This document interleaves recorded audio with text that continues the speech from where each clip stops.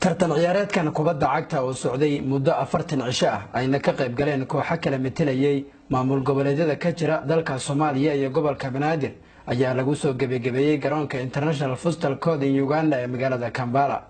kulamadii ugu dambeeyay ee lagu soo gabagabeeyay koobkan ayaa ahaa kuwa aad u xamaasad badan waxaana garoonka soo buux dhaafiyay kumanaan ruux oo kala metelayay kooxaha ku loolamayay koobkan oo ugu dambeyn ay hanatay kooxda metelaysay maamulka Galmudug.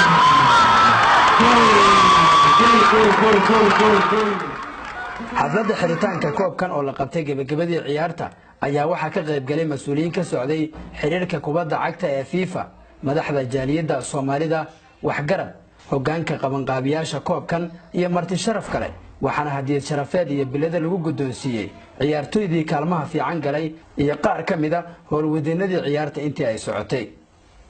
sawaxanka iyo dabaaldegyada ayaa hal mar isqabsaday garoonka kadib markii si rasmi ah koobka loo guddoonsiiyey kooxda ku guuleysatay ee Galmudug.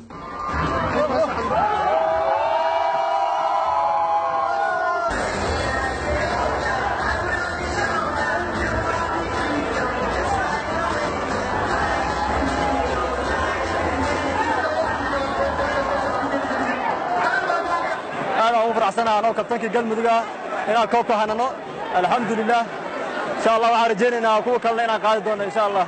أنا وفرحنا عيارها قلبت أو لقول لها كمبالا وعلى هاي مدام أنا سبورت ساعي وحنجعل لها إن عيارها مارك سلام وكلام لو كرديو أقل كل شيء واحد كم مسمران. ولا فرحنا بتاس بيسا ما أدري إصبح قليسو معمل يصبح قلايان قليل يصبرنا هذا وفرحنا وحسيرة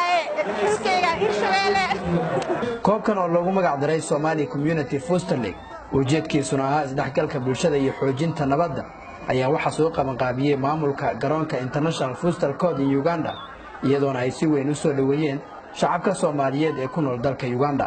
waxa kale oo xusid mudan in jimcaha soo aadan isla garoonkan ay ka dhici doonto ciyaar u dhaxaysa kooxo kala metelaya Soomaaliya iyo Uganda taasoo si weyn looga warsugayo.